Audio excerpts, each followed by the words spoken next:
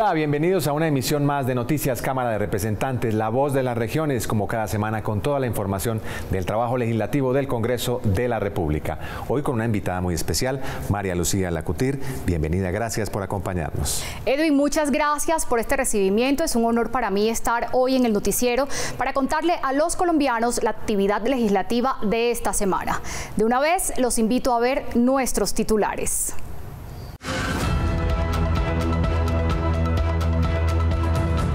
Una nueva reforma del gobierno llegó al Congreso. Se abre el debate nacional alrededor del nuevo modelo de educación. Aprobado el monto del presupuesto para el 2024. Por primera vez la cifra supera los 500 billones de pesos.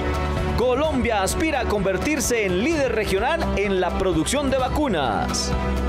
Las oportunidades de vida de los migrantes, el estado de las vías en el Cesar y una nueva política de descentralización fueron temas de la agenda de esta semana. Toda la información legislativa aquí en Noticias Cámara de Representantes.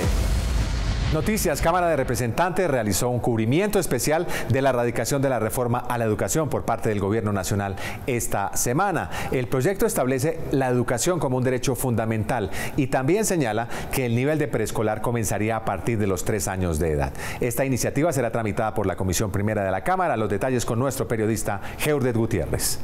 Así es, esta reforma a la educación hace énfasis en diferentes aspectos como por ejemplo la universalidad de la educación, su capacidad de adaptación a contextos regionales y también la inclusión de grupos étnicos, personas privadas de la libertad y estudiantes en condición de discapacidad. Dentro de las 36 propuestas que trae este articulado se distribuyen 4 parámetros relevantes, los cuales tienen que ver con la asequibilidad, la accesibilidad, la aceptabilidad y la adaptabilidad. También reconoce el derecho fundamental a la educación del campesinado y promueve la educación rural como una fuerza de desarrollo sostenible y ambiental. El proyecto de ley fue presentado por Comisión Primera y allí dialogamos con su presidente Óscar Sánchez León. ¿Qué buscamos? Que este proyecto avance, que cada día lo logremos mejorar para que el producto que salga en sus 4 debates sea el mejor después de 30 años para mejorar la educación en el país. ¿Pero qué diferencia tiene esta reforma en especial? Estuvimos de acuerdo de que es una ley fundamental, estatutaria y que está regulando, por ejemplo, el acceso a una tutela para que un menor de edad o un adolescente tenga derecho a esa educación como derecho fundamental. Regular el derecho, regular los componentes del derecho, los roles del Estado, los roles de los particulares, los roles de los estudiantes, los roles de los profesores, los roles de la autonomía educativa, y vamos a mejorar con esta ley el sistema educativo colombiano. La reforma a la educación, sin embargo, tiene un largo y complejo camino por delante. El proyecto de ley estatutaria deberá abrirse paso de hoy a junio, en momentos en que el legislativo trabaja a media marcha por la cercanía de las elecciones regionales en octubre. En trámite aún se encuentran otros proyectos que reestructuran los sectores de salud, pensiones y trabajo. El presupuesto para el 2024 será de 502.6 billones de pesos. La aprobación de esta cifra suscitó un fuerte debate en las comisiones económicas del Congreso, pues algunos representantes consideran que va a ser muy difícil recaudar la totalidad del dinero. Veamos el porqué de las preocupaciones. Las comisiones económicas del Congreso aprobaron esta semana el monto del presupuesto general para el 2024, que está estimado en 502.6 billones de pesos. Recursos que irán destinados para el funcionamiento del Estado, el servicio de la deuda e inversión. Nosotros estuvimos con el presidente Gustavo Petro estructurando este presupuesto, enfocados en los sectores más importantes del programa de gobierno, sectores como educación, sectores como inclusión social, y por supuesto con el ministro Onilla hemos hecho mucho énfasis en los sectores que ayuden a la reactivación económica. La mayoría de los congresistas respaldaron la propuesta. La apuesta del Congreso es sumamente ambiciosa en el incremento de recursos para facilitar los compromisos del tema de la paz, para viabilizar el tema de la reforma rural integral, para fortalecer todo lo que implica una agenda social muy fuerte. Pero otros consideran que el monto del presupuesto es muy alto y existiría el riesgo de estar desfinanciado. dentro de la diferencia de los 502 billones, han señalado que hay 14 billones que provienen de una fuente que no parece ser muy cierta, como es la gestión de la DIAN, en materia de acabar con los procesos que están en la etapa contencioso-administrativa. Hay unas discusiones frente a lo que voy a recaudar por deudas, y esas deudas, según la DIAN, son de 107 billones de pesos. Y de esos 107 billones de pesos, lo que se está proponiendo recuperar son cerca de 15 billones de pesos. Así que total tranquilidad, certeza de los recursos que vamos a tener el próximo año. Ante estas preocupaciones, el director de la DIAN dio parte de tranquilidad. No hay que preocuparse, el presupuesto indica un recaudo proyectado de la DIAN que es completamente razonable, completamente basado en unas expectativas acerca del recaudo. La discusión del presupuesto general de la Nación, que propone sus mayores partidas para educación, salud y defensa, continuará y en octubre deberá ser aprobado por las plenarias de Cámara y Senado. Con la discusión del presupuesto para el próximo año, todos los ministerios comenzaron a hacer sus requerimientos. En la Comisión Sexta le solicitaron al gobierno cumplir con un incremento de 1.2 billones de pesos para ciencia y tecnología, ya que consideran que este sector ha sido el menos favorecido presupuestalmente en los últimos años. Luego de mostrar los avances en su ejecución, la ministra hizo un llamado al Congreso para apoyar el fortalecimiento institucional y económico de esta cartera y aclaró que esta debe ser rediseñada para atender la necesidad real del país. Llegamos a un ministerio donde las finanzas se hacen en Excel. Eso es grave para la ciencia en Colombia. Y esto ha obligado a mi equipo administrativo a tomarnos de manera muy rigurosa este rediseño institucional, esta adecuación, donde tengamos un ministerio robusto en su planta laboral, en su funcionamiento, en sus sistemas de información que permita cumplir con las expectativas y con las demandas del territorio. Pareciera ser la cenicienta de las carteras en los gobiernos. Así lo señalaron varios representantes que mostraron su preocupación por el poco presupuesto asignado a esta cartera y se mostraron esperanzados en los anuncios sobre el incremento presupuestal para la vigencia 2024. Vemos con mucha preocupación el presupuesto tan irrisorio que tiene el Ministerio de Ciencias, Tecnología e Innovación, porque no alcanza a 463.000 millones. Ella dice que para el próximo año ha pedido un presupuesto de 1.7 billones. Este ministerio creo que está descuidado por el gobierno nacional, por el ministro de Hacienda, porque debe tener más recursos, porque es el ministerio que transversaliza todos los ministerios. Por supuesto que también se ha descentralizado bastante la ejecución en comunidades afro, en población indígena, en los territorios de la Colombia profunda. Sin embargo, ahí es muy importante también fortalecer toda esa, digamos, ese trabajo articulado con el Ministerio de Educación Nacional, que es fundamental para generar una semilla de investigación. La comisión no descansará hasta lograr los incrementos presupuestales que este ministerio necesita para su actualización y su normal funcionamiento. El bajo precio de la carga de café tiene en crisis a este sector, afectando a más de 500.000 familias que hoy están produciendo a pérdida. Ante este oscuro panorama, representantes de las zonas cafeteras le piden al gobierno que active el Fondo de Estabilización de Precios y destine mayores recursos, entre otras medidas. El panorama para el sector caficultor es preocupante, pues están vendiendo el grano de café por debajo de los costos de producción. La carga está alrededor de 1.270.000 pesos y producirla tiene un costo aproximado de 1.500.000 pesos. Es decir, están trabajando a pérdida y se está empobreciendo el sector. Los precios de la carga del café ha bajado y los insumos todavía están por encima, ¿sí? Entonces nos hemos visto, digamos, afectados. Eso implica que dentro de las actividades que realicemos se han afectado muchas situaciones como la generación de empleo, la ampliación de nuevas fronteras en producción de café, porque es una limitante. Si no hay recursos suficientes para esta actividad, se afectan los diferentes actores en el tema de la producción de café. Eso es consecuencia de varios factores, ¿no? Por ejemplo, la bolsa de Nueva York, que ha bajado drásticamente, y eso es consecuencia de la falta de demanda de café debido a la posible crisis mundial en temas económicos de la primera potencia del mundo, que es Estados Unidos, y sumémosle adicionalmente que ha bajado el precio del dólar. Según los caficultores, esta crisis viene meses atrás y aseguran que necesitan ayuda del gobierno o de lo contrario tendrían que dedicarse a otra labor, poniendo en riesgo la producción de café, producto insignia de los colombianos. Por esto, representantes a la Cámara piden al presidente Petro tomar acciones inmediatas.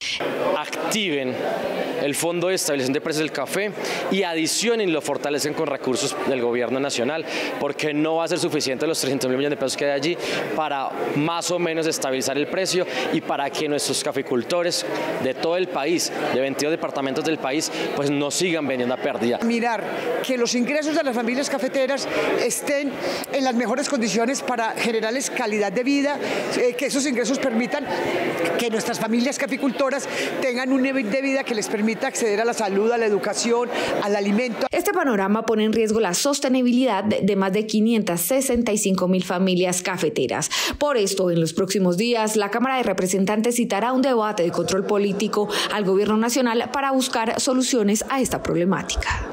Y una buena noticia para los colombianos: está a punto de convertirse en ley una iniciativa que mejora sustancialmente el plan de inmunización en el país.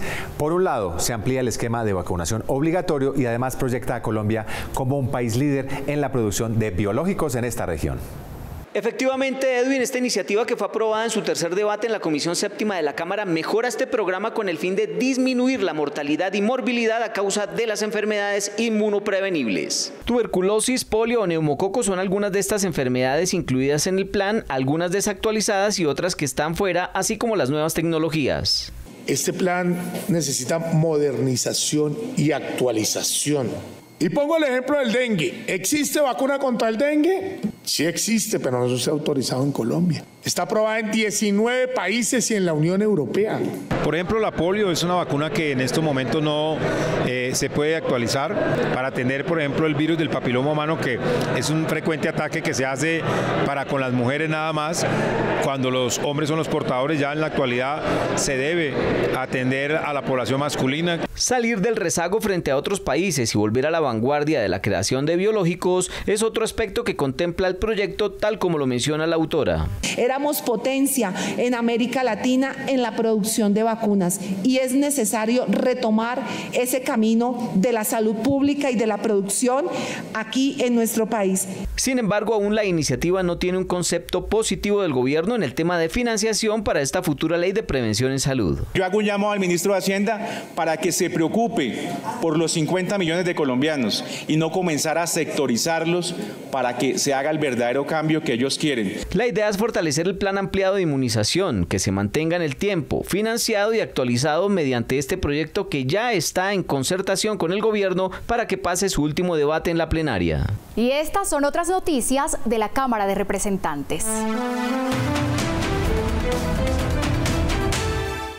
La representante Karime Cotes del Partido Liberal radicó un proyecto de ley que pretende aumentar la edad en la que un menor de edad puede consentir relaciones sexuales, como estrategia para la protección de la niñez y la disminución de cifras de embarazo adolescente en el país. Más de 4.500 niñas entre los 10 y los 14 años tienen hijos anualmente.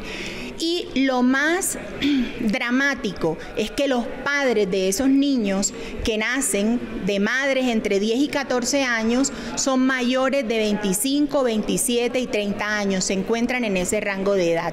Entonces queremos avanzar en la discusión de este proyecto de ley, ya lo hemos radicado, estamos solicitándole tanto a la comisión como a la plenaria que nos ayuden a mejorar la iniciativa, pero que se termine convirtiendo en ley de la República. Representantes a la Cámara piden al gobierno intervenir frente a la violencia en contra de los campesinos en Córdoba. Aseguran que este tipo de hechos son indignantes y por esto se requiere la presencia del ministro de Defensa. De verdad queda mucho dolor de lo que está pasando con la realidad del país y es la ausencia del Estado en Colombia. Rechazo el maltrato a los campesinos inocentes.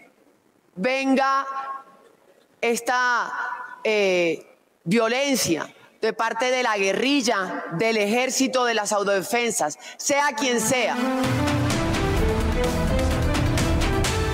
Se radicó una iniciativa que busca ampliar la responsabilidad penal a la producción y comercialización ilegal del fentanilo. Especialistas le hacen un llamado al Congreso para tener en cuenta la no estigmatización del fentanilo en la medicina. Hay un registro ya oficial de 1.300 adictos a fentanilo y por eso queremos generar este marco regulatorio, que se genere un control a la hora de la venta, de la comercialización, teniendo en claro que es una sustancia que es permitida. Podría empezar a poner en riesgo el uso del fentanilo en el contexto farmacéutico, pues empieza a plantear más restricciones, sugiere un montón de ideas y de propuestas de prevención, de tratamiento, de atención, solo para el fentanilo, cuando debería estarse desenfocando en todas las sustancias.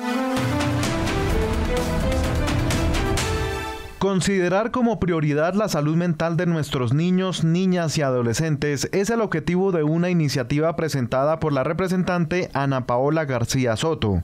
El proyecto busca crear un marco legal sólido que garantice el bienestar emocional, prevenga trastornos mentales y ofrezca atención integral. Compañía del Partido de la U radiqué una importante iniciativa legislativa que busca crear la ruta integral de atención en salud mental para los niños, niñas y adolescentes colombianos, pero desde las instituciones educativas.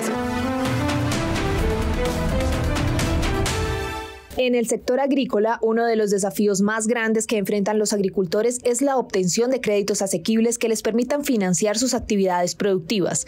Por esta razón, fue radicado un proyecto de ley que busca beneficiar a medianos y pequeños emprendedores del campo, fortaleciendo el Sistema Nacional de Crédito Agropecuario. ¿Cuál es la idea? Créditos, cartera sustitutiva, pueda realmente los bancos, el sistema financiero, darle mayor aporte, mayor soporte y de esta forma se pueda crear una dinámica empresarial y económica para los pequeños y medianos productores agrícolas de nuestro país. El departamento del Cesar estuvo en el centro de debate de control político en la plenaria, en donde fueron citados el ministro de Transporte, Invías y la Aeronáutica Civil para que explicaran el estado de importantes obras de infraestructura que son claves para sus habitantes. La red vial y el cumplimiento en las ejecuciones de obras de importantes tramos de la Ruta del Sol, así como la proyección de los ferrocarriles nacionales, fueron puntos claves sobre los que los representantes realizaron el control político. Ya hay claridad que en el mes de diciembre arrancan las obras de la nueva calzada Ruta del Sol 2. Van a rehabilitar la construcción del puente del país rápidamente. Ya el contratista hizo los compromisos y al mes de noviembre tendremos totalmente terminada la circulación y puesta en funcionamiento el cumplimiento de la ejecución de los 15 kilómetros que nos faltan de la vía Codazzi 4E. La vía férrea que está concesionada a nivel nacional, la vía férrea mantenida, son los dos valores que se consideran fundamental para la reactivación de esta importante obra de los ferrocarriles. Otra de las necesidades expresas en la región es la de construir el aeropuerto Acaritama del municipio de Aguachica. En el mes de septiembre del 20 exactamente se apertura la licitación para la construcción del aeropuerto Acaritama, aeropuerto que unirá los Santanderes con el sur de Bolívar y el Cesar y disparará el desarrollo de esta importante región del sur de mi departamento. Las conclusiones del debate fueron consideradas satisfactorias por parte de los representantes y asistentes. El drama de los migrantes que llegan al país en busca de oportunidades fue tema central de una audiencia pública en la Comisión Segunda. Allí el Gobierno Nacional presentó las estrategias que viene desarrollando para su atención integral y las alternativas de vinculación para esta población. El gobierno explicó las distintas acciones que se vienen implementando para atender esta población. Son los centros de referenciación que les denominamos CRORES. Tenemos 25 en todo el país Y básicamente este centro lo que hace es referenciar a la población de retorno. Y contamos también con los centros Intégrate. Tenemos 11 en todo el país.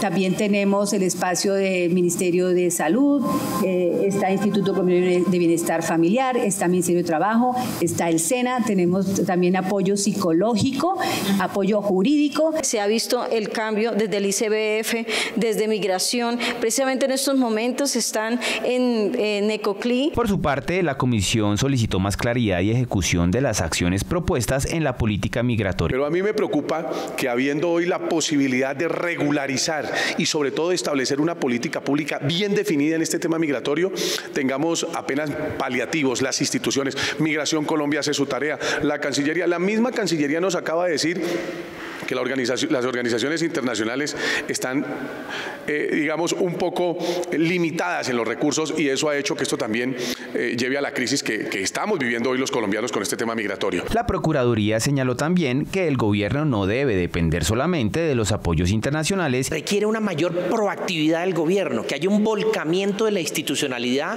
en regiones como en el Darién, en el Urabá antioqueño, en Necoclí, Candica, Purganá, no solo para atender a la población, para realizar los controles y hacer esa migración segura y ordenada, pero también prestarle atención a otros fenómenos migratorios como en Guainía, otros fenómenos migratorios como en La Pista en Maicao, La Guajira, que nadie habla ni le presta atención a esto, y también de la migración VIP, que se ha denominado de esta manera por sus altos costos en dólares que oscilan entre $3.500 y $5.000 en San Andrés y Providencia. Las autoridades fueron claras en las acciones que el gobierno ya viene implementando, aclarando que Colombia pasó de ser un generador de migrantes a ser un país destino de migrantes y de tránsito a otros países. La Cámara de Representantes avanza en la construcción de un nuevo modelo de descentralización para el país. La Comisión de Ordenamiento Territorial trabaja en un esquema que privilegie con inversión aquellas regiones claves para la preservación de los ecosistemas y del medio ambiente. Veamos la siguiente nota con nuestra periodista María Luisa Barrera. Los representantes de la comisión consideran que este modelo debe potenciar, proteger y aprovechar la diversidad territorial. Un grupo de profesionales bastante interesante que está trabajando en la propuesta de descentralización para llevar el empoderamiento de las regiones. El 91% de los municipios de nuestro país es de quien dice esta categoría y queremos empezarlo a fortalecer de forma financiera, de forma administrativa. Se analiza un modelo de descentralización y proponen una tipología ambiental para que las regiones que tengan más ecosistemas reciban recursos proporcionales a ellos. El tema de la descentralización no es un tema marginal, es la clave para resolver los grandes problemas del país. Usted no puede atender la cuestión del medio ambiente si no tiene planes regionales y municipales y departamentales medioambientales, porque todo el medio ambiente es un sistema multiescalar.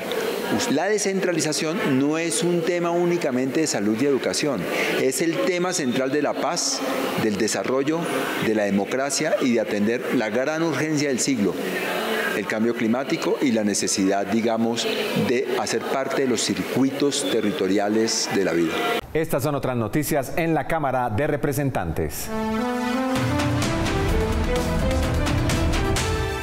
En Villavicencio Meta y Florencia Caquetá, esta semana se desarrollaron los foros regionales Turismo Transforma, encabezados por Acotur. Las jornadas buscan capacitar a los próximos alcaldes y gobernadores en cómo articular y fomentar efectivamente el turismo como sector clave de la economía, donde coincidieron en 3 puntos importantes. El primero, el tema de conectividad tanto aérea como terrestre, obviamente es un reto inmenso para el departamento, el saneamiento básico, pero también demostraron un gran liderazgo para trabajar de la mano de Acotur, de la empresa privada y de las entidades que están ancladas al sector turístico.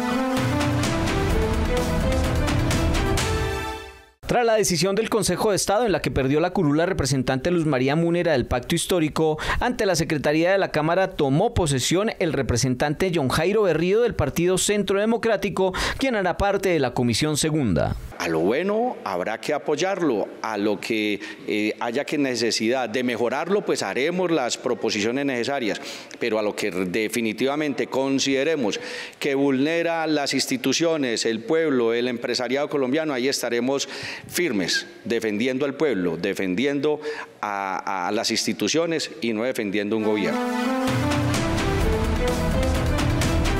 Garantizar la libertad y agilizar los procesos de divorcio es lo que pretende un proyecto de ley radicado por la representante bogotana, Catherine Miranda. Queremos que de manera unilateral cualquier persona en una relación, cuando ya deja de querer y no está dentro de las causales, se pueda divorciar. Cuando actualmente las parejas tienen que esperar 2 años de no convivencia para poder separarse, tenemos unos costos de abogados altísimos, hay una revictimización de las mujeres, porque ahí es donde se generan casos de violencia y hasta feminicidio, y no hay, por ejemplo, el pago de alimentos a los niños. El cantautor Piero de Benedictis, de origen italiano, nacionalizado como colombiano, recibió la condecoración Orden de la Democracia Simón Bolívar en el grado Cruz Oficial por su brillante trayectoria artística. Con este galardón, otorgado por el representante Alejandro Toro, se reconoce además su importante gestión como embajador de paz de buena voluntad en Colombia, liderando acciones sociales en beneficio de las comunidades afectadas por el conflicto armado en el país. Tras el atentado al Banco Agrario en Jambaló, Cauca y otros hechos de inseguridad en el país, representantes a la Cámara solicitan mayor celeridad en los acuerdos de paz con grupos armados. Los representantes piden que la paz total sea efectiva. Desde la Cámara de Representantes hacen un llamado urgente. En horas de la madrugada sufrimos un atentado en nuestra oficina y cajero automático en Jambaló, Cauca. Aunque no tuvimos víctimas que lamentar en este punto, es un hecho que condenamos y reprochamos con total contundencia. Duele mucho volver a momentos vividos hace ya 20 años. Donde los grupos al margen de la ley acaban con las instituciones que le prestan un servicio a los campesinos, a las personas humildes, a las personas de la zona rural. Incluso es el Banco Agrario donde se le paga el subsidio a todas las familias de escasos recursos. Por eso condenamos este tipo de actos. Nos parece parte de la barbarie que está viviendo Colombia en este momento tan álgido de alteración del orden público. Las solicitudes se centran en que los grupos armados cumplan su voluntad de paz y que el gobierno acelere los procesos de diálogo. Nosotros llamamos desde el Congreso de la República, pero también llamamos desde las curules de paz la necesidad de que efectivamente los diálogos de paz puedan surtir los efectos que necesitamos. El atentado al Banco Agrario se suma a otros hechos violentos de los últimos días. Según la Fiscalía, existen más de 3.600 órdenes de captura sin materializar por homicidios en zonas rurales del país. De esta manera llegamos al final de esta emisión de noticias de la Cámara de Representantes. Fue un privilegio acompañarlos esta noche. Muchas gracias, María Lucía, a usted por acompañarnos en esta emisión. A ustedes, televidentes, por favor, sigan nuestras redes sociales para que estén bien informados sobre lo que ocurre aquí en el Congreso de la República. Nos vemos dentro de 8 días. Hasta entonces.